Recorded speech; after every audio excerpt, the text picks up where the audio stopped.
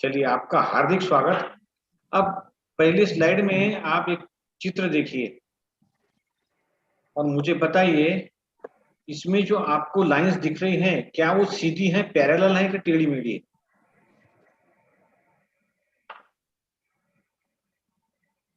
टेढ़ी मेढ़ी है सर। है ना, टेढ़ी मेढ़ी दिख रही है ना। हाँ। रक्षा मैम, प्राजक्ता मैम, आपको कैसे दिख रही है? देखिए। यस सर, टेढ़ी मेढ़ी दिख रही है। अब इसी पिक्चर पर उसको थोड़ा ढांक दीजिए और केवल पहली लाइन दिखिए। वो सीधी है सर। दूसरी लाइन भी देखिए, आप बाकी लाइन ढांक दीजिए और ऐसे एक एक करके देखिए। एक एक लाइन सीधी दिख रही है अभी। हाँ, तो यही भ्रम है। देखिए हमारी आंखें कैसे धोखा खाती है। इस चित्र में सभी लाइन जो है वो पैरेलल है और बिल्कुल सीधी है। डिजाइन इस तरीके से बनी है कि वो दिखने में टेढ़ी मेढ़ी नजर आती है। तो आप देखिए आंखें धोखा कैसे खाती है, उसका एक अच्छा उदाहरण है ना। जी हाँ सर। दादा भगवान कहते हैं कि जो रहस्य ज्ञान है, आत्मा का ज्ञान है, ये तो दुनिया को पता ही नहीं है। और वो पता न होने के कारण बार बार जन्म लेते हैं, मरते हैं, बार बार जन्म लेते हैं। दादा कहते थे, कह रहे तुम्हें કેટલા વાર पैदा होशो, કેટલા વાર मरशो, એટલા જન્મ તમે શરીરને દીધા, હવે એક જન્મ તો આત્મા માટે बिताओ, है ना। तो यही भ्रम है, यही आज का विषय है। उसको हम माया भी बोलते हैं, भ्रम को। और कैसे हमारी ज्ञानेंद्रिय धोखा खा जाते हैं। और ये भ्रम सबको होता है और अलग अलग प्रकार के भ्रम है। आंखों का भ्रम अलग, कानों को भी भ्रम होता है, अंधेरे में कुछ आवाज सुनाई दी, है ना। टैक्टाइल इल्यूजन भी होता है, स्पर्श का भ्रम, है कि नहीं। और जितनी कर्मेंद्रियां हैं उनको भ्रम हो सकता है। ये हमारा आज का विषय है, जिसको हम हिंदू सनातन धर्म में इसको माया भी बोलते हैं। अब ये देखिए भगवान श्री कृष्ण क्या कहते हैं गीता में, कि ये माया मेरी ही है, गुणमयी दैवी माया है ये, और ये बड़ी दुरत्य है। माया से कोई पार नहीं, मैंने पार पाना बहुत कठिन है, असंभव नहीं है, लेकिन माया को पार पाना बहुत कठिन है। इसलिए जो पूरी श्रद्धा से कृष्ण के शरण में जाते हैं वो ही इस माया को तर जाते हैं। ठीक है। अब ये देखिए, मैं चाहता हूं कि ये नाम रूप की माया हमें प्राजक्ता बैरर मैडम समझाएं। एक कविता है, मैडम आप पढ़ोगे और इसको प्लीज यस एक्सप्लेन सर। करोगे प्लीज। ओके, नाम रूप की माया कैसी है ये देखिए। करूँ सर स्टार्ट? हाँ जी, बिल्कुल स्टार्ट कीजिए। कहे काका कवि दया राम जी मारे मच्छर, विद्याधर को भैंस बराबर काला अक्षर। देख अशरफी लाल के घर में टूटी खाट, धनी राम जी हमने प्रायतः निर्धन देखे। कहे काका कवि दूल्हे राम मर गए कवारे, बिना प्रियतमा तड़पे प्रीतम सिंह बिचारे। ठाकुर शेर सिंह पर कुत्ते भौंक रहे हैं, काका 6 फीट लंबे छोटू राम बनाए। शीला जीजी लड़ रही सरला करती शोर, कुसुम कमल पुष्पा सुमन निकली बड़ी कठोर। निकली बड़ी कठोर निर्मला मन की मैली, सुधा सहेली अमृत बाई सुनी विशैली। कहे काका कवि बाबूजी क्या देखा तुमने, नाम रूप के भेद पर कभी किया है गौर, नाम मिला कुछ और तो शक्ल अकल कुछ और। बड़ी मजेदार कविता है ना मैडम। ये नाम रूप की माया है, माया की शुरुआत ही यहाँ से होती है। पुराने जमाने में लोग भगवान के नाम रखते थे, अच्छे नाम रखते थे, है ना। ये देखिए सभी इसमें जितने नाम आए, जरूरी नहीं है कि जैसे नाम हो वैसे गुण भी हो और वैसा ही रूप भी हो। तो माया की शुरुआत ही यहाँ से होती है। नाम सुनकर ही हम धोखा खा जाते हैं, है कि नहीं। आपने यूसुफ खान नाम सुना है? यूसुफ खान को पहचानते हो, कौन है? अनम्यूट कीजिए, जवाब दीजिए, हम चर्चा करेंगे, आनंद आएगा। Doctor Hitesh ji, Yusuf Khan is a very reputed person, आपने सुना है कौन है वो? क्रिकेटर है शायद, हाँ क्रिकेटर। हाँ, क्रिकेटर है, उससे भी फेमस। नहीं पता सर। अब हम उसको अलग नाम से जानते हैं, उसका नाम है दिलीप कुमार। हाँ, दिलीप कुमार। देखिए नाम की माया कैसी है कि नाम भी मायने रखता है। एक बार क्लास में ये समझाने के लिए हमारे प्रोफेसर साहब ने बड़ी दिलचस्प बात बताई। अब ये सबको पता है कि व्हाट इज इन नेम, ये कोटेशन शेक्सपियर का है कि भाई नाम में क्या रखा है, शेक्सपियर ने कहा है। तो हमारे प्रोफेसर एक बार क्लास में आए और बोले what is in surname, this is a quotation by Wordsworth. तो बच्चों ने बोला no sir, it is not by Wordsworth, it is by Shakespeare. तो बोले see, it means there is something in name, इसका मतलब नाम में कुछ तो भी है, ठीक है ना, लेकिन जो नाम है वैसे ही गुण हो ये जरूरी नहीं है, ठीक है। अब यहाँ पे आपको दो चित्र दिखाई देंगे। पहले वाला चित्र देखिए, सॉरी, किसका चित्र दिखाई दे रहा है?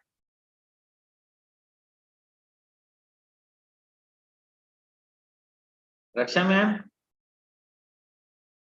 रक्षा कापड़ी जी, सर, आप सब Yes, लोग अनम्यूट sir. हो जाइए, हम चर्चा ही करेंगे आज। पहले चित्र में आपको कौन दिख रहा है? ये इस चित्र में देखिए, ये स्केच है। यहाँ स्केच है वो। कौन है उसमें, कौन दिख रहा है?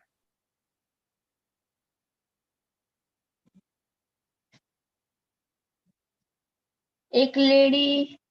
सही बात है, लेडी है। वो लेडी लेडी है। यंग है कि ओल्ड है? नहीं समझ में आ रहा है सर। देखिए ना थोड़ा, अच्छा इसको मैं थोड़ा बड़ा कर दूं फोटो को। जी सर। एक मिनट, हाँ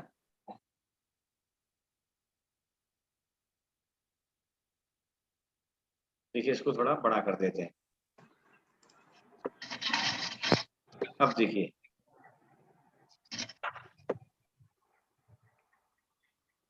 यंग लेडी है सर। अब देखिए मैम,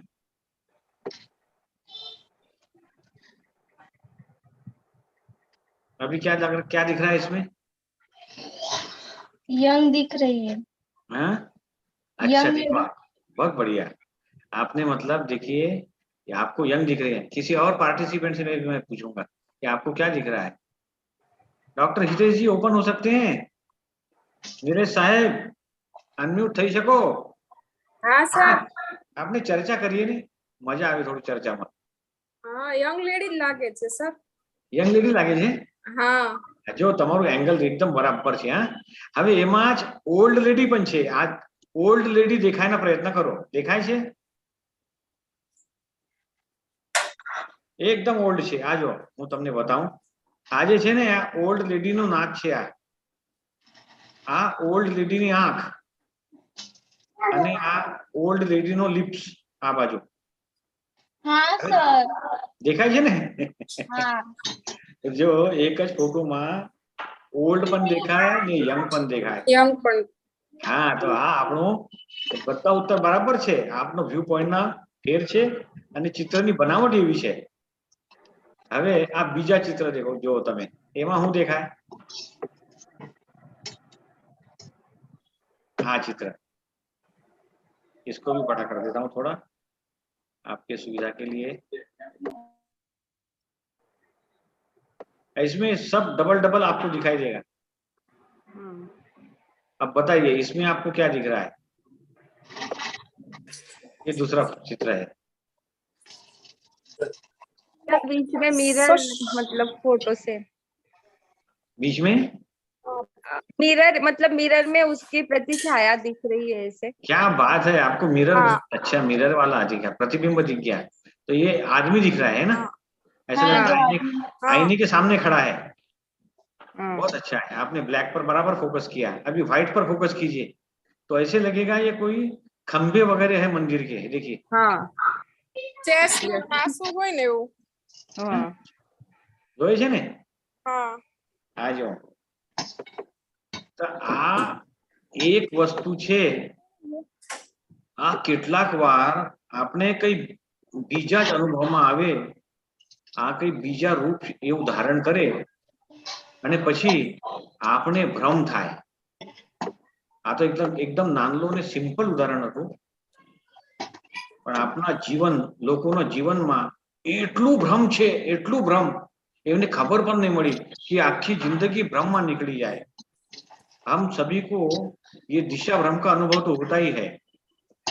आपको एक्सपीरियंस है, जब आप ट्रेन में बैठे हो, लॉन्ग जर्नी जा रहे हो, तो बाजू वाली ट्रेन चलती है और इधर सामने वाली खिड़की यदि ब्लॉक है, वहां पे लोग खड़े हैं, तो ऐसा लगता है हमारी ट्रेन आगे बढ़ रही है। हाँ होता है सर कभी कभी। हाँ, ऐसा अनुभव हमने किया है। तो दिशा भ्रम भी हमको होता है। आईने में हम जो देखते हैं वो भी भ्रम है, उसमें राइट लेफ्ट होता है, लेफ्ट राइट होता है। गुजराती बहन यदि साड़ी पहनी हुई आईने में देखेगी तो आईने में वो साउथ इंडियन स्टाइल की साड़ी लगेगी, डायरेक्शन चेंज हो जाएगा। सूर्योदय सूर्यास्त ये भी भ्रम ही है। सूर्य का उदय कहाँ होता है? सूर्य तो है ही, धरती घूम रही है और धरती के घूमने की वजह से हमको ऐसा लग रहा है कि सूर्य का उदय हो रहा है ना। महाराजा भर्तृहरि करके एक विद्वान आदमी हो गए, विद्वान राजा। उनकी संक्षेप में कहानी बताता हूँ। तो उनको अपने रानियों में से एक रानी अति प्रिय थी। अब एक बार दरबार में एक सन्यासी आए और उन्होंने कहा, महाराज ये मैं आपको फल देता हूँ आम का, ये आप इस फल को खा के हमेशा के लिए खुश रहोगे, तंदुरुस्त रहोगे, धनवान रहोगे, अमर हो जाओगे, आपकी जिंदगी बदल जाएगी, ऐसा ये फल है, तो आप इसको खा लेना। राजा ने वो फल उसकी पत्नी को दिया, उसकी जो प्रिय रानी थी उनको। अब वो जो रानी थी वो एक सरदार पर आसक्त थी, तो उस रानी ने वो फल अपने प्रेमी को दे दिया, सरदार को, सेनापति को। सेनापति एक जगह तवायफ के यहाँ गाना सुनने जाते थे, उसने वो फल वो तवायफ को दे दिया। तवायफ ने सोचा कि ये फल लेके मैं क्या करूंगी, मेरी तो जिंदगी बेकार है। तो उस महिला ने वो फल दोबारा एक सज्जन पुरुष को दे दिया कि भाई आप अच्छे हो, आपकी जरूरत है, आप समाज सेवा करते हो, आप खाओ। वो समाज सेवक ने सोचा मैं तो बहुत छोटा मोटा काम करता हूँ, बड़ा काम तो राजा करता है, राजा को ज्यादा से ज्यादा जीना चाहिए। वो दोबारा वो फल लेके महाराजा भर्तृहरि के पास आया और भर्तृहरि जी तो शॉक हो गए कि मेरी दी हुई वस्तु इतना घूम फिर के मेरे पास आ गई। पूछने पर उनको सब पता चला, तो फिर उन्होंने ये कहा, जिसका मैं निरंतर चिंतन करता हूँ वो मुझसे विरक्त है, वो किसी अन्य जन की इच्छा रखती है और वो अन्य जन किसी और में आसक्त है, इधर मेरे लिए कोई दूसरी तड़प रही है, तो उस स्त्री को, उस पुरुष को, कामदेव को और इस स्त्री को और मुझको धिक्कार है। देखो आत्मग्लानि कितनी हुई उनको, क्योंकि भ्रम जब टूटता है तो बड़ा कष्ट होता है। उनको ये भ्रम था कि मैं जिसे प्रेम करता हूँ शायद वो ही मुझे उतना प्रेम करती है। तो भ्रम जब टूटते हैं, मान्यताएं टूटती है तो बहुत कष्ट होता है। लेकिन ये टूटना जरूरी भी है, क्योंकि ये टूटेगा नहीं तो फिर सत्य का ज्ञान कहाँ से होगा। सत्य का ज्ञान ऐसे होता है, जब तक झूठ का कोहरा हटेगा नहीं, ठीक है ना, तो सत्य का सूर्य, सत्य का प्रकाश कहाँ से दिखाई देगा। ऐसे ही लोगों को अलग अलग प्रकार के भ्रम है। आप लोगों में से कितने लोग किराए से रहते हैं या जिनको मकान मालिक या भाड़े के घर में रहते हैं? प्राजक्ता मैम आपको तो स्टाफ क्वार्टर है शायद, क्यों? सर हमें ना टाउनशिप में मिला है, मतलब स्कूल की तरफ से ही घर मिला है हमें। बढ़िया। तो उसका कुछ किराया वगैरह कुछ नहीं है। तो वहां कोई डिस्टर्ब करने वाला है कि भाई ऐसा क्यों है या ये नहीं पानी सर, बह रहा है? एकदम शांत है, पूरा ग्रीनरी एरिया है, बहुत अच्छा है। तो आप तो वाकई में पुण्यशाली हो। नहीं तो क्या होता है, जिनके कर्म थोड़े से माइनस हो उनको खराब मकान मालिक मिलता है। मकान मालिक का दोष नहीं है, उनके कर्म की कमी है, या फिर धोखेबाज साथी के साथ संबंध हो जाता है। ये कितनी विचित्र बात है। देखिए, हमारे रिश्ते, हमारे नाते, हमारे साथ जितने लोग हैं, हाँ, ये हमारे कर्म के आधार पर कुदरत ने हमको दी है और हम जिम्मेदार उनको मानते हैं। बिजनेस पार्टनर्स में मनमुटाव हो जाता है, बिजनेस को लेकर अलग हो जाते हैं, कुदरत ही उनको मिलाती है। या फिर किसी स्त्री को वैवाहिक जीवन के प्रारंभ में बहुत कड़वे अनुभव होते हैं। लोगों की देखिए ये भी मान्यता है, अब नई नवेली दुल्हन आई, उसको एडजस्ट करने के लिए थोड़ा समय तो चाहिए। वो बेचारी घर-दार, माता-पिता छोड़ के नए घर में आई, वहां उसको एडजस्ट होना है, और लोग उम्मीद करते हैं कि ये 20-21 साल की लड़की 50 साल जैसी मैच्योरिटी दिखाए, और फिर क्लेश शुरू हो जाता है, रैगिंग शुरू हो जाती है एक तरीके से। और इसमें वाइस वर्सा भी होता है, कभी-कभी बहू घर वालों को परेशान कर देती है, या घर वाले बहू को परेशान कर देती हैं। तो ये जो सब कटु अनुभव है, इसके लिए किसी को जिम्मेदार मानना, ये ही सबसे बड़ा भ्रम है कि मेरे दुखों के लिए वो जिम्मेदार है, मेरी आधी व्याधि उपाधि उसके कारण है। ऐसी घटनाएं जीवन में घटती हैं। अपने दुर्भाग्य के लिए दूसरे को जिम्मेदार हम ठहराते हैं, वही हमारा सबसे बड़ा भ्रम है। जिम्मेदारी हमारी ही है, ये समझना। ये सत्य इतना कड़वा है कि लोग इसको सिरे से नकार देते हैं, ये बात पचती नहीं है। शायद इसीलिए आज के सेशन में बहुत से लोग जुड़े नहीं। उन्हें डर था कि हमारी मान्यताएं, हमारे जो बिलीफ्स हैं, वो टूट जाएंगे तो बड़ा कष्ट होगा, तकलीफ तो होगी, लेकिन सत्य के साथ आपका साक्षात्कार भी हो जाएगा ना। तो व्यक्ति लड़ता झगड़ता रहता है, डिप्रेशन में जाता है, अपना स्वास्थ्य, अपनी हेल्थ खराब करके खुद को नुकसान पहुंचाता है, औरों को दोष देकर, झगड़ा करके, स्वयं क्लेश लेकर। तो ये सत्य का ज्ञान हो जाना चाहिए कि जिम्मेदारी हमारी है। हम प्रतिक्रमण कर लेंगे तो वो स्थिति ज्यादा देर तक नहीं रहेगी, वो जल्दी से बदलेगी। मेरा व्यक्तिगत अनुभव है, बार बार इधर से उधर नौकरियां चेंज करने के कारण, देखिए लोगों को ये भी भ्रम है, प्राइवेट सेक्टर के लोगों को, कि हम परमानेंट है। प्राइवेट सेक्टर में नौकरी का कोई ठिकाना नहीं है, ये परम सत्य है। लेकिन लोगों को जब नौकरी छोड़नी पड़ती है तब दुख होता है, क्योंकि भ्रम पाल के रखा था, मैं तो 60 साल में रिटायर होऊंगा। जरूरी नहीं है। प्राइवेट सेक्टर में कोई सिक्योरिटी नहीं है, there is no, not at all security. लेकिन लोगों ने भ्रम पाल के रखा है कि चलेगा चलेगा, जब तक चलेगा, वो चला तो चांद तक, वरना शाम तक भी नहीं। ठीक है ना। तो भ्रम जब टूटते हैं तो कष्ट बहुत होता है। अब खराब मकान मालिक का मिलना, ये सोचना कि बस हमारे कर्म कट रहे हैं, वो तो कष्ट देगा ही, वो तकलीफ देगा, वो परेशान करेगा। हमारे कर्म काटने में ये आदमी हमारी मदद कर रहा है, ये एटीट्यूड रखेंगे तो उस मकान से जल्दी छुटकारा मिलेगा। और सामने वाले के साथ में यदि बहस करेंगे, वाद विवाद करेंगे, झगड़ा करेंगे, इसको कैसे नीचा दिखाऊं, वो सोचेगा इसको कैसे नीचा दिखाऊं, तो शक्ति का अपव्यय होगा, और जो समस्या है वो लंबे समय तक चलेगी, उससे छुटकारा नहीं मिलेगा। अब देखिए, हमारे अपने भाव ही प्रतिभाव के रूप में लौट कर आते हैं। लोग अक्सर राजनेताओं को दोष देते हैं कि इतना भ्रष्टाचार हुआ, वो हुआ। जैसी प्रजा रहेगी वैसा ही राजा मिलेगा। पाकिस्तान के लोगों के हाल कैसे हैं आप देख लीजिए। जैसी प्रजा है, जैसी उनकी नीयत है, जैसे उनके भाव है। अब हमारे भाव अच्छे थे, हमको मोदी जी मिल गए, सारे भारतीयों के मन में एक भाव आया, ठीक है, तो कोई बहुत ईमानदार, नेक, मेहनत करने वाले, अच्छे, साफ सफाई स्वच्छता पसंद, समाज की चिंता, समाज का कल्याण करने वाले, तो इस तरीके से लीडर्स मिलेंगे। जैसे जनता का भाव रहेगा वैसे लीडर्स मिलेंगे। तो ये भी हमारे अंदर का इको ही है।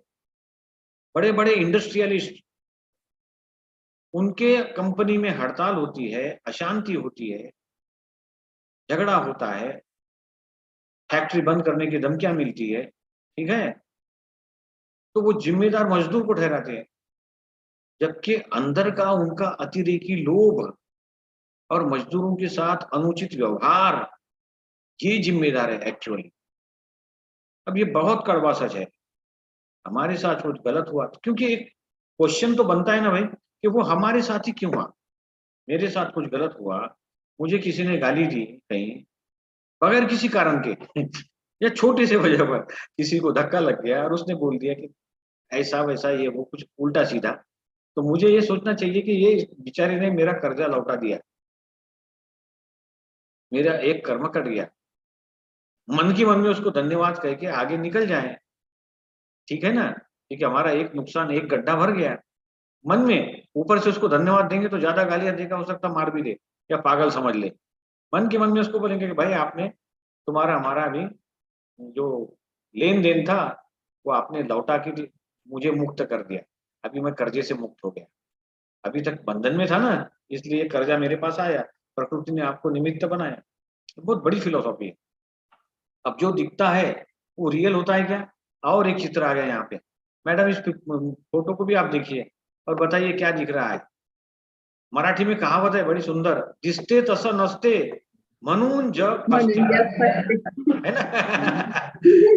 ये दुनिया इसीलिए धोखा खा जाती है, इसलिए फंस जाती है, क्योंकि जैसा दिखाई देता है वैसा होता नहीं है। बताइए प्राजक्ता जी क्या दिख रहा है यहाँ पे? सर मुझे तो यहाँ पे पेड़ दिखाई दे रहा है। मुझे भी पेड़ ही दिख रहा है व्हाइट कलर में। अब थोड़ा हाँ। ब्लैक पर फोकस करें तो यहाँ से ये दिखे। सर मुंह दिखाई दे रहा है। हाँ, एक आदमी यहाँ है, उसमें एक ही आदमी का चेहरा है, नहीं, दो का है। एक इधर भी है, दो हाँ देखिए। हाँ हाँ हाँ।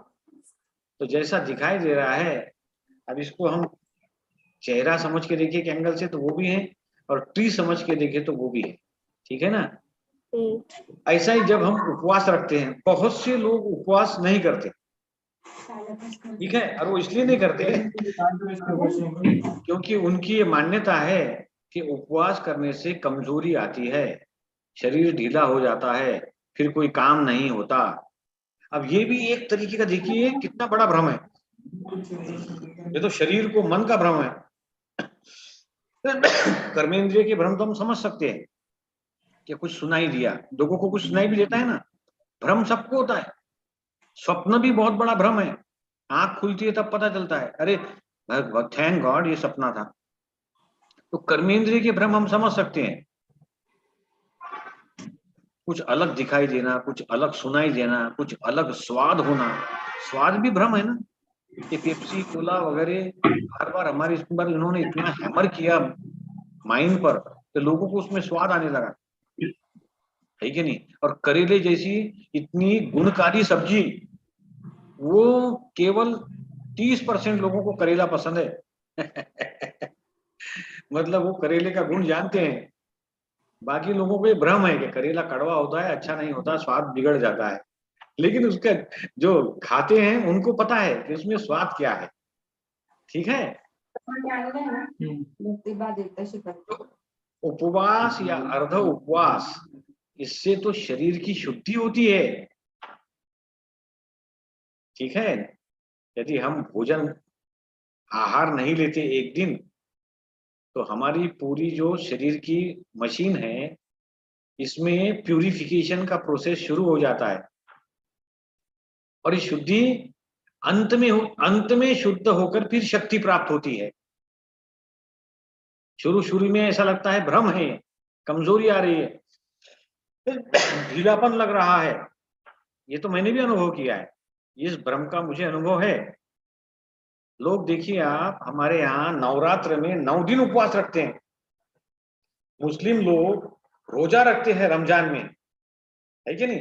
तो जो भ्रम में है उनको ऐसा लगता है कि उपवास के कारण, भूखे रहने के कारण मैं कमजोर महसूस कर रहा हूं, मुझसे काम नहीं होगा, एक जगह बैठा रहूंगा, शरीर में एनर्जी नहीं है।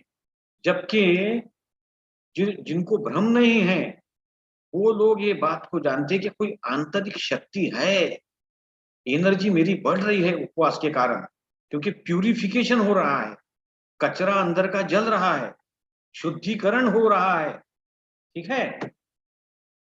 राजीव तायडे हमारे साथ जुड़े हुए हैं। Professor Rajiv Tayde, welcome. Unmute हो जाइए। कौन से गांव से जुड़े हैं आप राजू जी?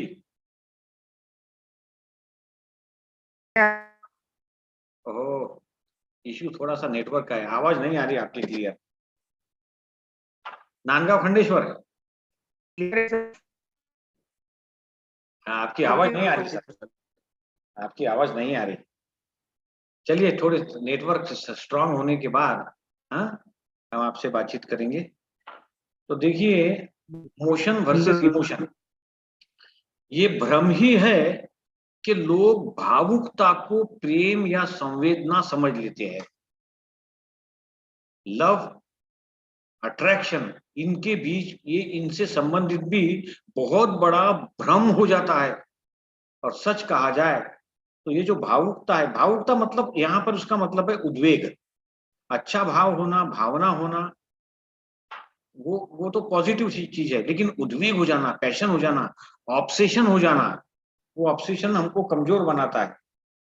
तो हमको नॉर्मेलिटी में रहना चाहिए, गति में, न कि भावना के साथ बह जाना चाहिए।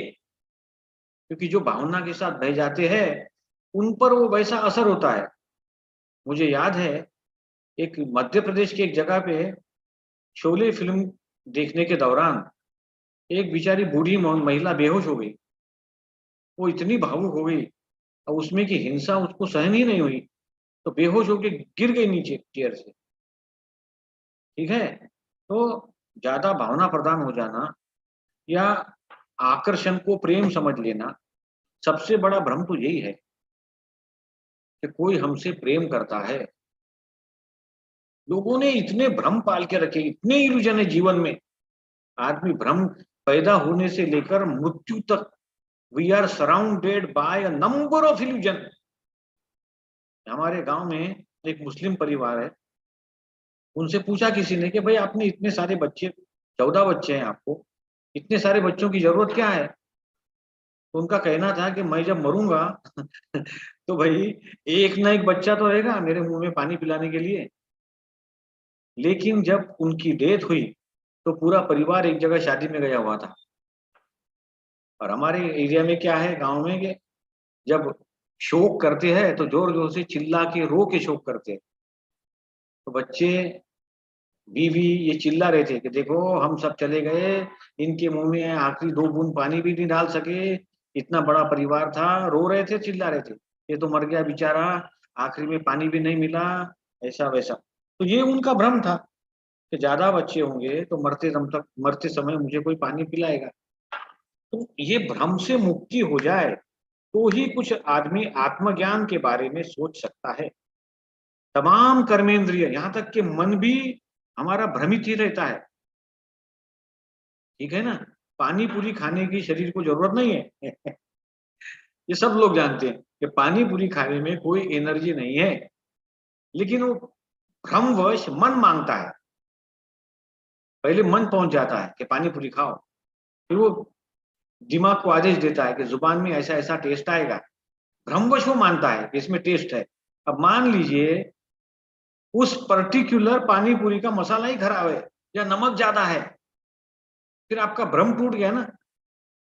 भ्रम ये था कि यहाँ पे थोड़ी पानी पूरी खाएंगे, टेस्ट आएगा, मजा आएगा। मजा तो आया नहीं, मुंह खराब हो गया।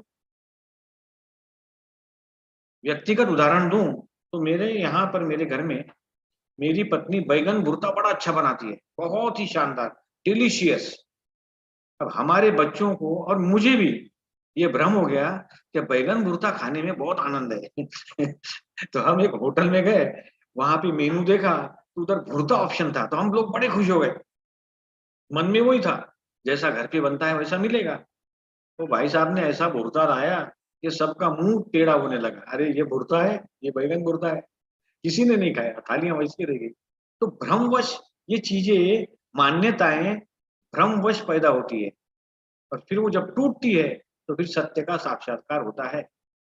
ऐसा ही एक भ्रम है रिलीजियन और स्पिरिचुअलिटी का। धार्मिक होना और आध्यात्मिक होना, इसमें जमीन आसमान का फर्क है। एक नास्तिक आदमी भी आध्यात्मिक हो सकता है, वो भगवान को नहीं मानता, लेकिन दान धर्म करता है, लोगों की मदद करता है, समाज की सेवा करता है, जो मुसीबत में हो रात बेरात वहां पहुंच जाता है। अब बताइए वो धार्मिक नहीं है? उसने जीवन में कभी अगरबत्ती नहीं घुमाई, यज्ञ नहीं किया, घंटी नहीं बजाई, चर्च में नहीं गया, मस्जिद नहीं गया, नमाज नहीं पढ़ा, लेकिन औरों के काम में आता है, उपयोगी है, तो इसका मतलब वो स्पिरिचुअल है। उसको लोगों में, जनता में, व्यक्तियों में आत्मा नजर आता है, भगवान नजर आता है। तो धार्मिक होना, आध्यात्मिक होना, इसमें भी बहुत बड़ा फर्क है।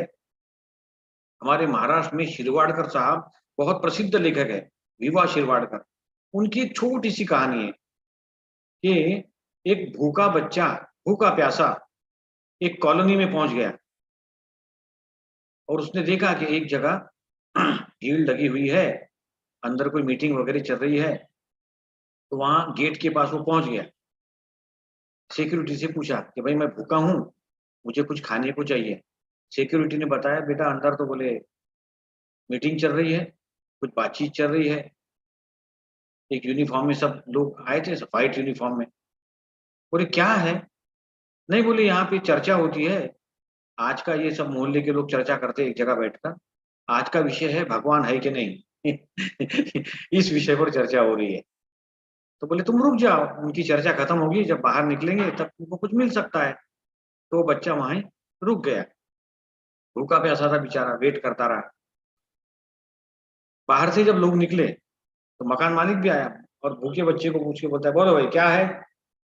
बोले भाई भूख लगी है, कुछ खाने को चाहिए। तो पहले बोले एक सवाल का जवाब दे, भगवान है कि नहीं है?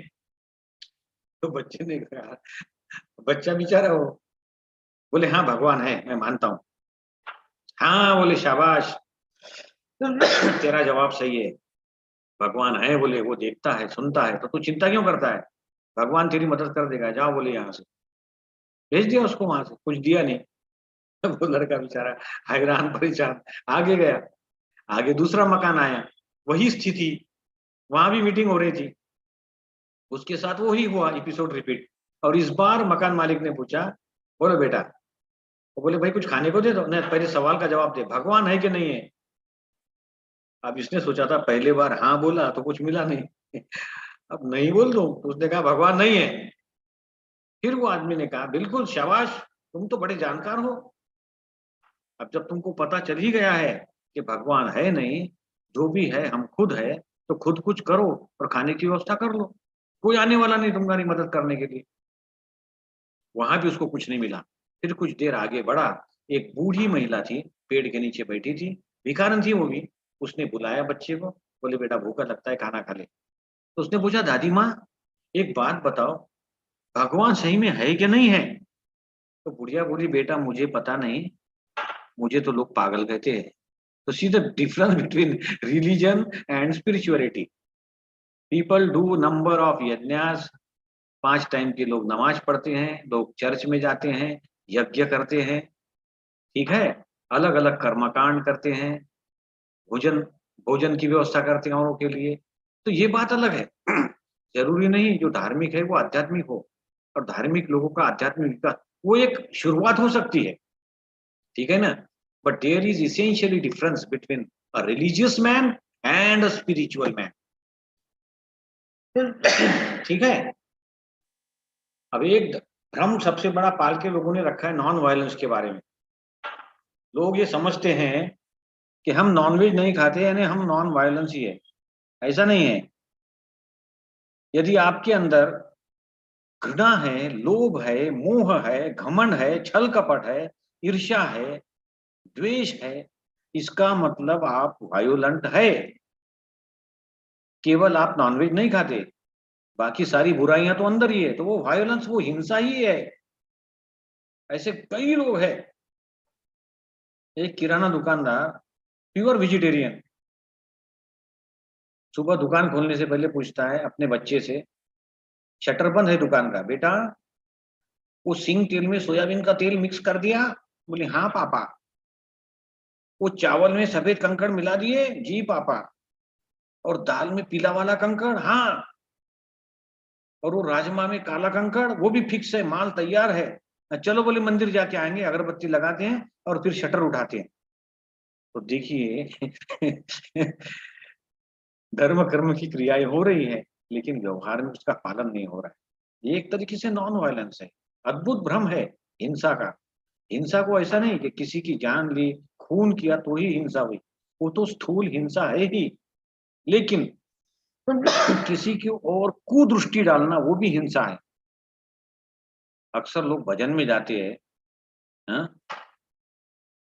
अब भजन में जाने के बाद देखिए, भजन एक कीर्तन बहुत वंडरफुल क्वालिटी है।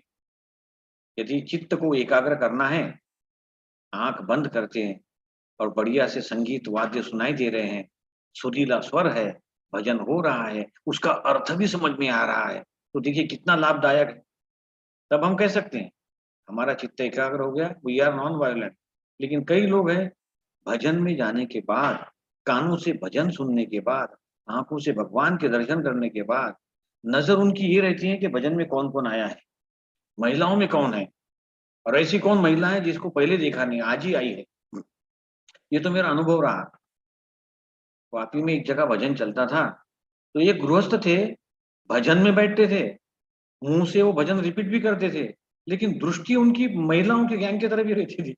महिलाएं जहाँ बैठती है वहां पे कौन कौन आया है, किसने क्या, यार क्या करना है ऐसा कुदृष्टि रख के। फिर आपका आहार वेजिटेरियन है, इससे कोई फर्क नहीं पड़ता। अंदर से भाव रूप से आप नॉन वायोलेंट ही हो, नॉन वेजिटेरियन ही हो, क्योंकि विचार जो है वो नॉन वेजिटेरियन है। तो स्थूल वेजिटेरियन से कोई फर्क नहीं पड़ता, इसके बारे में सावधान हो जाना चाहिए। आंतरिक अहिंसा का यदि पालन है, ये देखिए एक बहुत बड़ा मैं आपको रहस्य की बात बताता हूँ। यदि आंतरिक अहिंसा है तो वहां पे धन दौलत का निर्माण होता रहता है, व्यक्ति अमीर बन जाता है। आंतरिक अहिंसा है तो उसमें ऐसा नहीं अमीर बनने के लिए बहुत ज्यादा मेहनत करनी पड़ती है, पुण्य के प्रभाव से लक्ष्मी आती है। ठीक है ना। तो यदि आंतरिक अंतर साफ है तो वहां लक्ष्मी हमेशा प्रसन्न होती है। ये जो भ्रम है हमारे आस पड़ोस में, अब ये भ्रम की वजह से सत्य दिखाई नहीं देता, जो दिखा उसको ही हम सच मान लेते हैं। इस चित्र में आपको क्या दिख रहा है? अनम्यूट हो जाइए प्लीज। प्राजक्ता मैम, आपकी आवाज क्लियर आ रही है इसलिए आपसे पूछता हूँ। हाँ सर। बताइए चित्र में क्या है? सर पिक्चर तो क्लियर नहीं दिख रहा है। हाँ, जो दिख रहा है फिर वही बताइए। ऐसे व्हाइट कलर का, मतलब आइस जैसे कुछ है, उसके ऊपर रेड है और हाँ। शायद उसको कुछ माला पहनाए हुए ऐसे दिख रहा है बहुत मुझे। बढ़िया, बिल्कुल सही बात है आपकी, क्योंकि वो लेकिन क्लियर मेरे नहीं है हस्बैंड ना। को घड़ी दिखाई दे रही है उसमें। ये चित्र क्लियर है ही नहीं। मैं इसको चित्र को थोड़ा सा आपके सुविधा के लिए जूम कर देता हूँ, बड़ा बना देता हूँ। भ्रम कैसे सत्य को छिपाता है इसका उदाहरण है ये। और हम बोलते हैं हाँ मैंने सांप देखा, अरे भाई सांप नहीं था, वो रस्सी थी। नहीं सांप था, मैंने हिलते हुए भी देखा। अरे रस्सी हवा से हिल सकती है। अब भ्रम में गया व्यक्ति पर जो आग्रही हो जाता है तो बड़ी मुश्किल हो जाती है। अब देखिए चित्र बड़ा है, बताइए क्या दिख रहा है?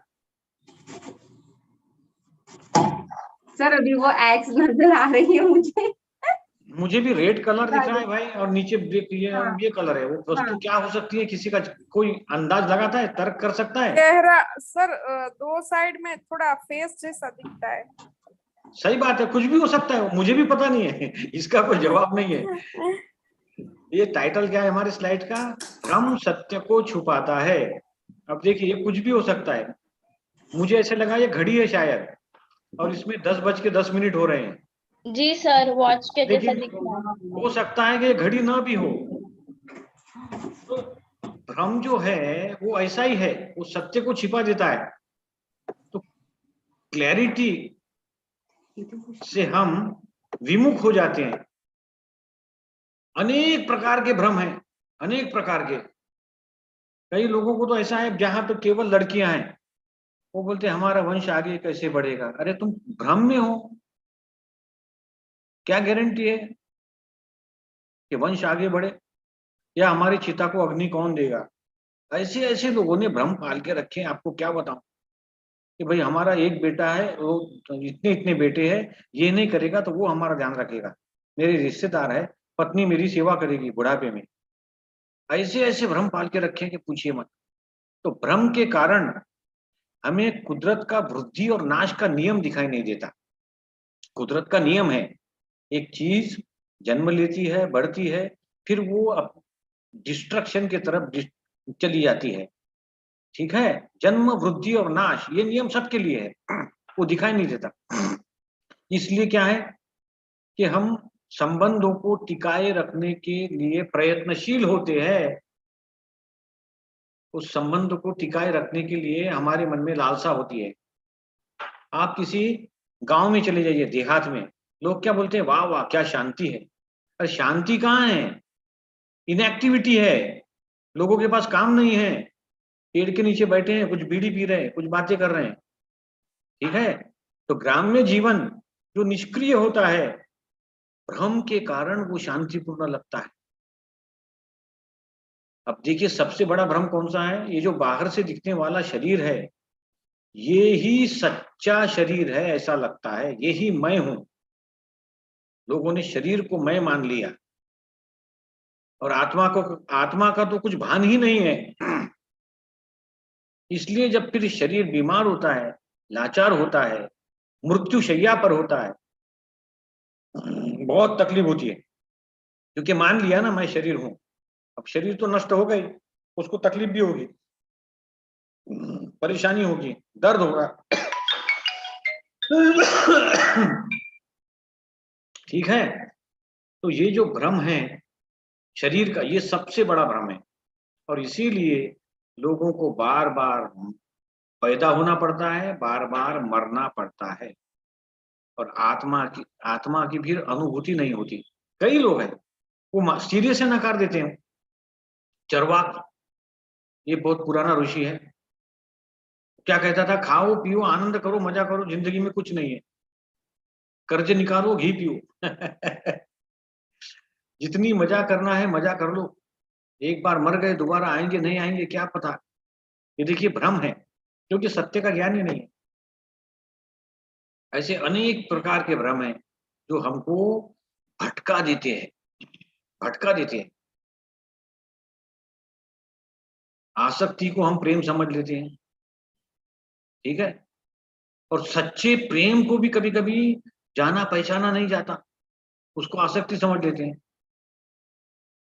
माँ का प्रेम कैसा होता है, स्वार्थ रहित प्रेम है। लेकिन हम क्या समझते हैं कि इनका ध्यान रखना माता पिता का उनका कर्तव्य था।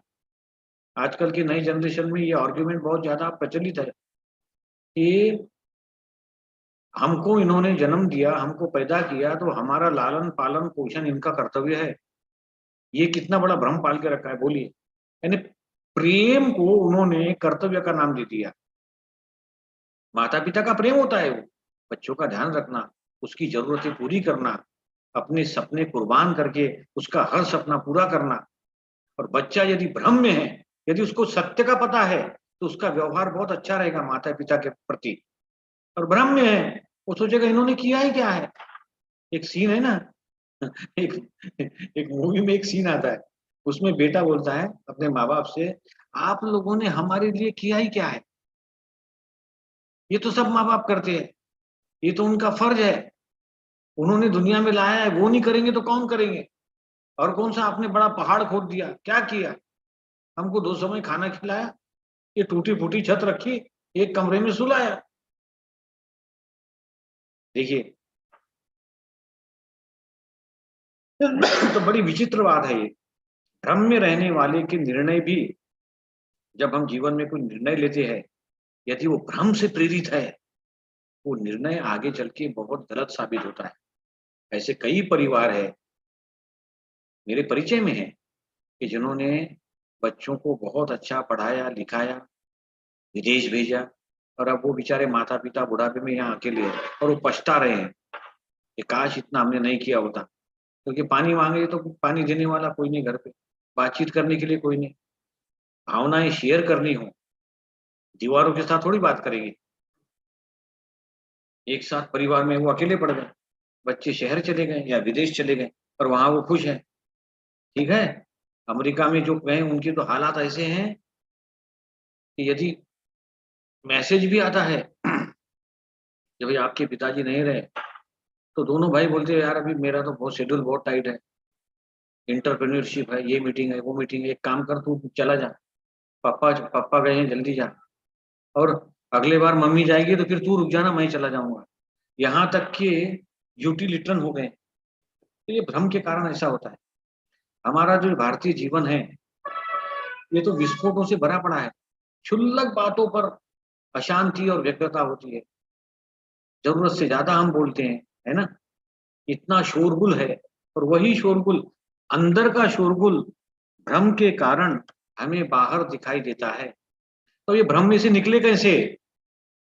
तो भ्रम में से निकलने के लिए थोड़ा चिंतन जरूरी है। क्या यही सत्य है? Is this the truth? ये सवाल तो पूछना पड़ेगा ना भाई। ये सवाल पूछने के बाद जो चिंतन होता है वो भ्रम में से निकलने में मदद करता है। दादा भगवान जी कहते हैं, देखिए कि आपका जो आत्मा के लिए, आत्मा के प्रति रुझान है, वो ही सबसे बड़ा भ्रम है। ठीक है, कम से कम एक दिन, एक घंटा, एक मिनट आत्मा के बारे में सोचिए कि कोई तत्व है शरीर में जो निकल जाने के बाद इस शरीर का नाम पद कुछ भी नहीं रहता, उसको एक ही नाम से बुलाते हैं, बॉडी। कलेक्टर भी हो तो बोलते बॉडी अंदर रखिए, डॉक्टर बोलते बॉडी ले जाइए, बॉडी शमशान में ले जाइए, है ना। जब तक जीवित है तब तक ही उसके साथ नाम जुड़े हुए है, डिग्री जुड़ी हुई है, पद जुड़ा हुआ है। ठीक है, एक बार वो तत्व चला गया शरीर में से तो फिर ये सिर्फ बॉडी है। तो यहाँ तक हमने देखा है भ्रम के बारे में। मैं चाहता हूं आप भी ऐसी इसमें चर्चा में हिस्सा लीजिए, अनम्यूट हो जाइए, कि अब तक जो मैंने कहा उसमें कुछ मुझसे गलती हुई तो वो गलती में आप सुधार भी कर दीजिए। क्या लगता है? अनम्यूट होके जवाब दीजिए। जीवन में भ्रम है कि नहीं हमारे? आप सहमत हैं इससे? जी हाँ सर, भ्रम तो है ना। जी। और जब भ्रम टूटता है तो दुख भी होता है। हम बोलते जी हैं ना, हमने क्या समझा और ये क्या हुआ। Yes sir. तो ये बहुत भ्रम अच्छे से एक्सप्लेन किया सर आपने, बहुत अच्छे से बताई बातें।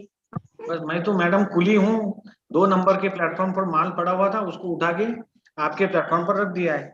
ये दादा भगवान की कृपा है। Thank you sir, thank you. चलिए अभी दूसरा टॉपिक हमारा शुरू हो रहा है, इसको शॉर्ट में ले लेंगे।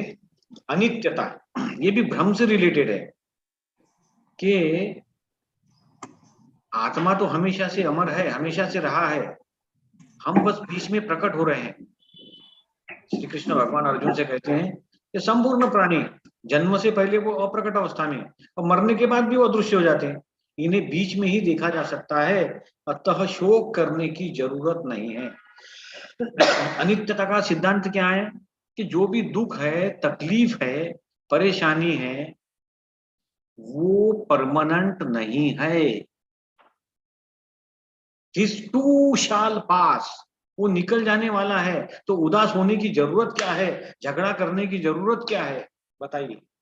यदि पति पत्नी झोपड़ी में है, पानी टपक रहा है बरसात में और पत्नी चिल्ला रही है तुमसे शादी करके तो मैं फंस गई, कहाँ लेके आए मुझे, सपने तो बड़े बड़े दिखाए थे, हाँ मंगल कार्यालय में शादी करवाई थी और यहाँ लाए ये घर में, घर नहीं है तुम्हारे पास, शादी क्यों की?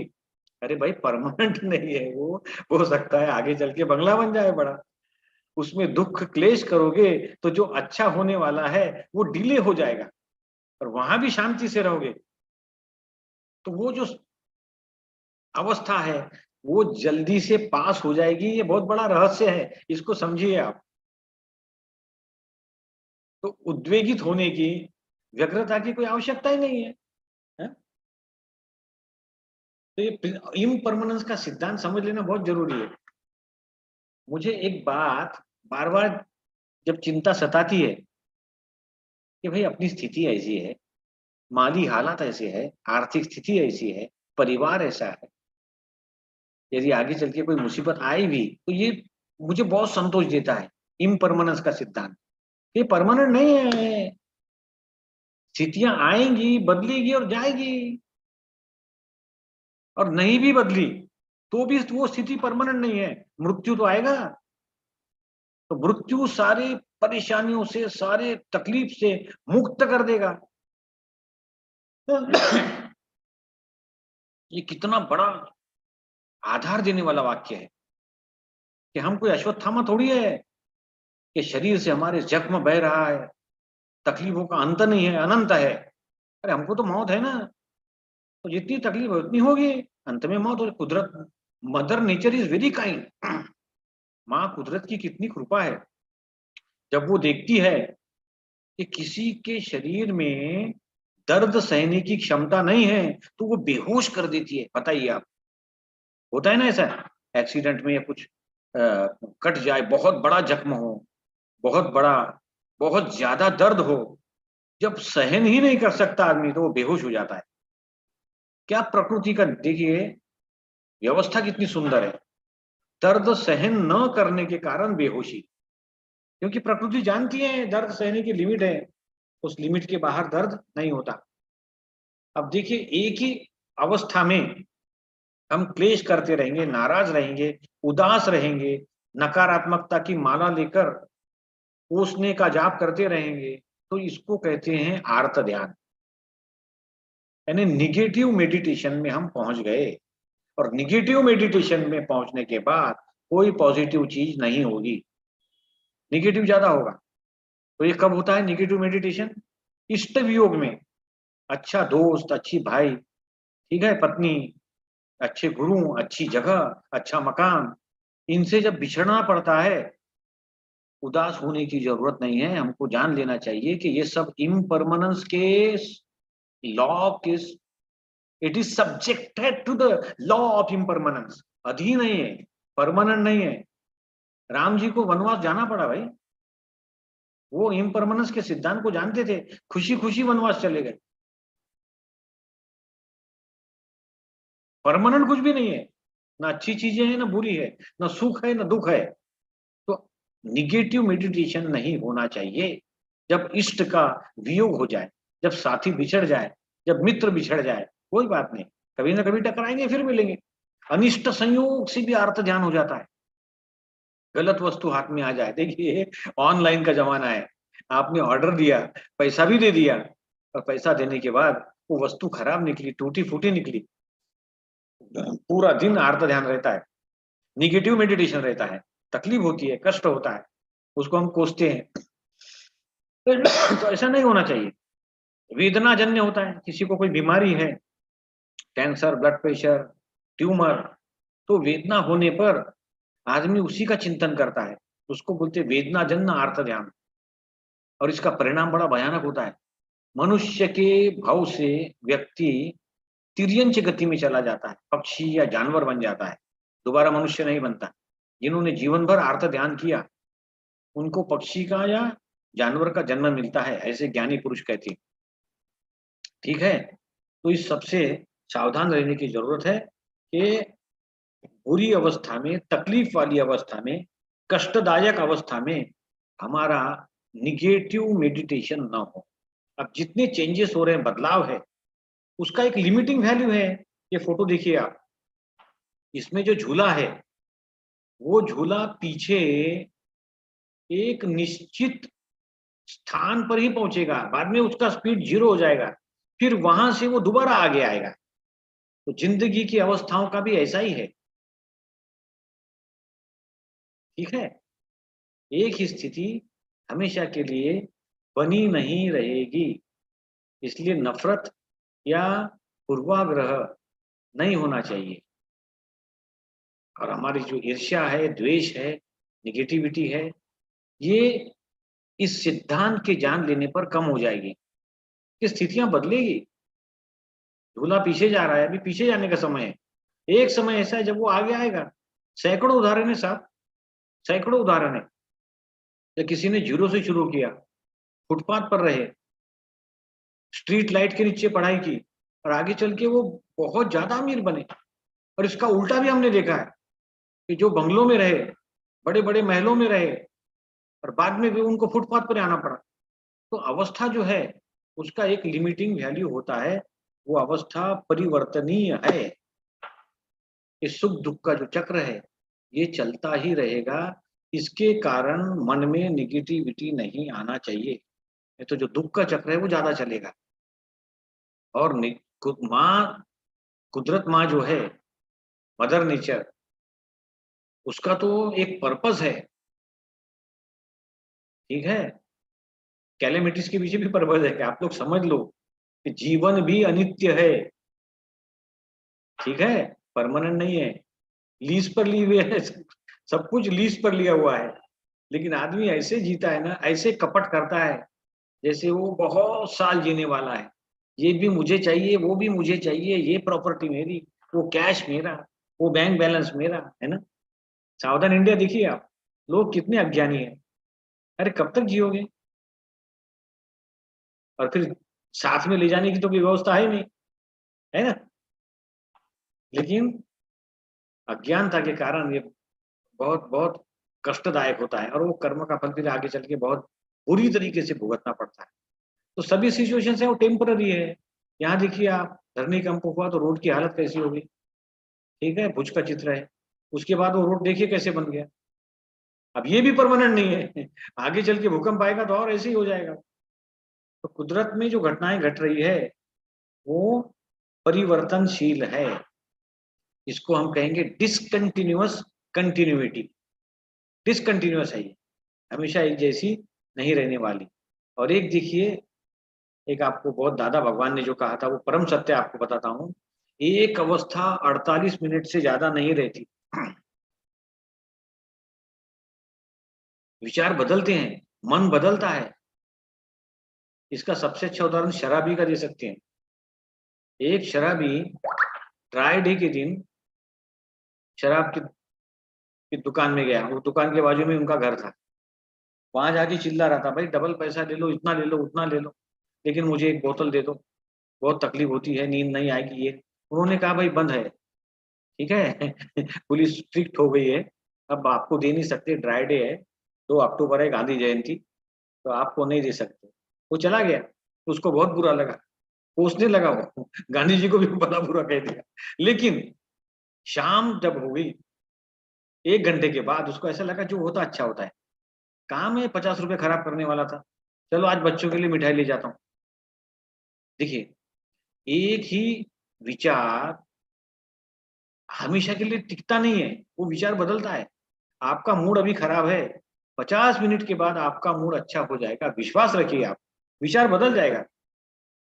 तो ये मान के नहीं चलना कि मूड खराब है, ये आज का दिन खराब हो गया, दिन खराब नहीं होता। 48 मिनट्स तक वो अवस्था बनी रहेगी। अब जो आत्महत्या करते हैं, यदि वो 48 मिनट्स तक ये रुक जाए कि चलो मरना तो है मुझे, लेकिन 48 मिनट इंतजार कर लेता हूँ, तो उसके बाद उसका दिमाग चेंज हो जाएगा, वो नहीं मरेगा, गले में रस्सी नहीं डालेगा। तो विचारों को भी क्या है, moods are changing and no single thought remains more than 48 minutes. ये 48 मिनट का सिद्धांत ध्यान में रखना। कुछ बोलने के पहले आपको भी किसी से झगड़ा करना है, किसी को मारना है, 48 मिनट रुक जाना है, 48 मिनट वेट करने के बाद फिर बोलना कि चलो अब मैं चलता हूं, तो आपको पता चलेगा कि वो विचार बदल चुका है। कोई भी डिसीजन लेने से पहले, डिवोर्स भी किसको लेना है, 48 मिनट रुक जाओ भाई, तुरंत नहीं करना है, निगेटिव काम तुरंत नहीं करना है, उसको थोड़ा समय दे दो कि चलो आज नहीं मैं कल करूंगा, ऐसे करके पोस्टपोन कर दो। फिर आपका विचार जब अच्छा होता है ना, आत्मा जागता है, विवेक बुद्धि जागती है, तो वो अंधेरा निकल जाता है और फिर आदमी खुद को ही धन्यवाद देता है कि चलो अच्छा हुआ जो मैं रुक गया, अच्छा हुआ जो मैंने वेट किया, नहीं तो बहुत बड़ी गड़बड़ हो जाती। तो ऐसा ही डेवलपमेंट पाथ है। कबीरदास जी कहते थे, दुख में सुमिरन सब करे, सुख में करे न कोई। ये दुख ही है जो आत्मा के बारे में सोचने पर मजबूर करता है। तो इसीलिए दादा ने कहा है दुख ही आत्मा का विटामिन है, और सुख जो है वो बॉडी का, देह का विटामिन है। इसलिए दुख आए तो नाराज होने की जरूरत नहीं है, वो हमको आध्यात्मिकता के रास्ते पर धकेलेगा।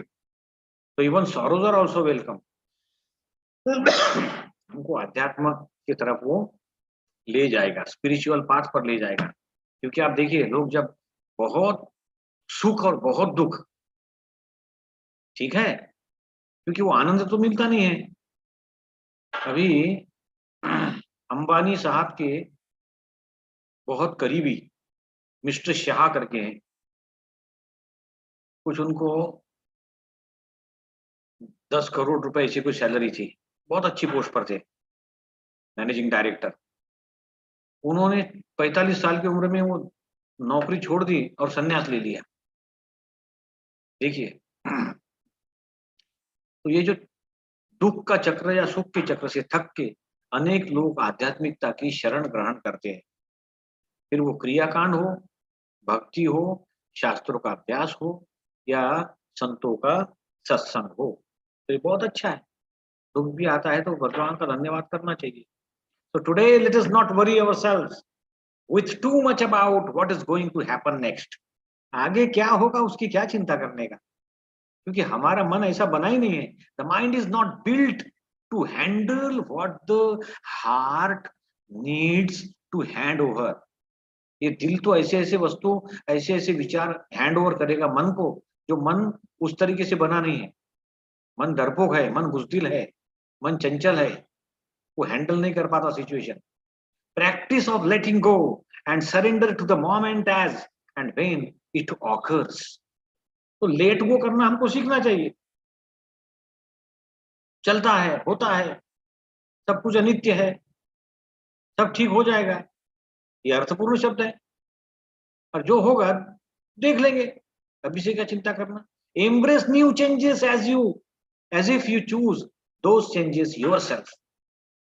कितनी बड़ी बात कही है इसमें, देखिए कि नए बदलाव को ये समझ के स्वीकार कीजिए कि जैसे आप खुद बदल रहे हो।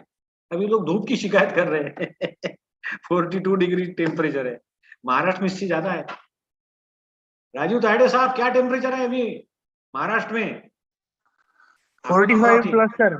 40, यहाँ पे 42 डिग्री है और लोग इतने परेशान है। माय गॉड, 45 डिग्री से ऊपर है, 45 डिग्री से ऊपर। बताइए, अभी 45 डिग्री से ज्यादा टेम्परेचर है इस समय महाराष्ट्र में। लोग, अच्छा, विदाउट कूलर एसी तो काम चलता ही नहीं है, क्यों? नहीं सर, बिल्कुल नहीं चलता। देखो, तो ऐसा समझना कि ये टेम्परेचर हमने ही बढ़ाया है ऐसा लिखा है इसमें। Embrace new changes as if you choose those changes yourself. This is how you can transcend the weird and wonderful laws of life. इस तरीके से स्थितियां हैंडल करने में। अच्छा, एक बात बताइए राजू साहब, इतना टेम्परेचर होने के बाद भी कहीं कुछ जगह धूप में काम हो रहा है, मजदूर कुछ काम करते हैं? बिल्कुल करते हैं सर जी। बताइए, जब रोड बिल्डिंग हो, क्योंकि वो जो टार है, डांबर, उसको तो हीट चाहिए, और ये समय जो है ज्यादा धूप का, इसी में रास्तों का काम ज्यादा होता है। Right sir? Yes sir, yes sir. आप बताइए, आप उन्होंने कितने अच्छे तरीके से अपने आप को ढाल लिया है। और हमारे यहाँ यदि इस समय एसी बंद हो जाए, बिजली चली जाए, कूलर बंद हो जाए, तो हमारा पूरा मूड खराब। इतनी गर्मी में देखिए ना, वो एक किस्सा है ना, एक आदमी आजादी को दोष देने लगा, कहले क्या आजादी मिली हमको, ये लाइट जाती रहती है। अरे तुमने अपने आप को ढाला नहीं इसलिए कष्ट हो रहा है। लोग काम करके खुश है धूप में, वहां जो छोटा बच्चा है उसको मम्मी पेड़ के, बबूल के पेड़ में उसका पालना बना देती है एक कपड़ा लेके, और वो सो भी जाता है वहां पे अच्छे से। मैंने देखा है, मजदूर सर के नीचे पत्थर लेके सो जाते हैं। हम अपने आप को ढालते नहीं है, क्योंकि अनित्यता का सिद्धांत की समझ नहीं है, तो इसको समझना पड़ेगा। तो ये जो सिद्धांत है, ये जीवन में बहुत बदलाव लाएगा और हमको सुखी बनाने का इस तरीके से रास्ता मिलेगा। आपका जुड़ने के लिए बहुत बहुत धन्यवाद। आप सबको मैं आमंत्रित करता हूँ, कोई प्रश्न है किसी का या कुछ अपने तरीके से कहना हो तो आप इसमें जरूर कहिए। राजीव जी, कुछ बोलिए इसके बारे में। भ्रम और अनित्यता आज का विषय है। आपकी आवाज आ रही है क्लियर अभी? हाँ सर, आ रही है। आपकी आवाज स्पष्ट है। तो मुझे ऐसा कहना था सर कि हम भ्रम एक ही तरह का नहीं पालते, हम दो तरह के भ्रम पालते हैं। हाँ, एक जो भ्रम ऐसा होता है कि हमें एक्सपेक्टेशन ज्यादा होते हैं और वो फुलफिल ना होने के कारण हमें निराशा होती है। हाँ, और दूसरे भ्रम हमारे ऐसे होते कि हमको जिंदगी से कुछ अपेक्षा नहीं रहती और जिंदगी हमें सरप्राइज दे देती है। हाँ हाँ हाँ। तो मुझे ऐसा लगा कि भाई खाली भ्रम अच्छे ही नहीं होते, तो बुरे नहीं होते, तो कुछ भ्रम अच्छे भी होते हैं जहाँ पे एक्सपेक्टेशन नहीं है और लाइफ हमें सरप्राइज कर रही है। सही बात है, सही बात है। यहाँ भ्रम का तात्पर्य क्या था? ऐसा इल्यूजन जो नुकसान पहुंचाता है। Okay okay okay. जैसे कि अभी कोहरा है सुबह मॉर्निंग में, अब उसमें कुछ दिखाई नहीं देगा तो एक्सीडेंट होगा ना। हाँ बराबर बराबर। हाँ, वो भ्रम की बात चल रही है। Okay okay. लोग बोलते हैं कि भाई मैं ही शरीर हूं। अभी कितना बड़ा भ्रम है, बोलिए, उसको कितना दुख होगा। अब शरीर है तो उसमें आधी व्याधि उपाधि है, चमड़ी का रोग लगेगा, दर्द भी होगा, तकलीफ भी होगी। अब उसने मैं मान लिया है तो सारा कष्ट है। अब जिन्होंने मैं नहीं माना, साधु संत, वो हर हाल में खुश रहते थे। ये उसका तात्पर्य था। तो चलिए फिर आज का विषय समापन करेंगे यहाँ पर। आपका जुड़ने के लिए बहुत बहुत धन्यवाद। सभी थैंक यू सो मच। निकल जाइए। हाँ जी, आपका भी बहुत बहुत शुक्रिया। आपके बातें सुनकर हमें हमेशा ही एनलाइटनमेंट फील होता है सर। ये मेरी आपकी कहाँ है जीवन के भाई, ये तो अनुभव, मैं पास कर रहा हूँ ये। आपकी एखादी चीज समझाने की शैली हमें हमेशा इंस्पायर करती है। धन्यवाद राजू जी, आपने जुड़ा, आपने समय निकाला, उसके लिए बहुत बहुत थैंक यू। और यही जो हमको मिला, हमारी जिम्मेदारी है कि वो हम आगे बढ़ाएं। ठीक है, तो कहीं किसी की मदद कर देना, जो बेचारा भ्रम में है उसको बता देना कि भाई ये परमानेंट नहीं है, कुछ सब जाने वाला है। यस इसलिए सर। क्रोध, कपट, लालच, लोभ, इससे निजात पाए, है कि नहीं? सब यस जाने सर। वाला है ना, कुछ रुकने वाला नहीं है। हाँ, चलिए, बहुत बहुत धन्यवाद। जय सच्चिदानंद, सभी को प्रेम से। जय I wish you all the Sachchidanand best. Sir. जय जय जय सच्चिदानंद सच्चिदानंद। सर। सच्चिदानंद सर। जय सच्चिदानंद।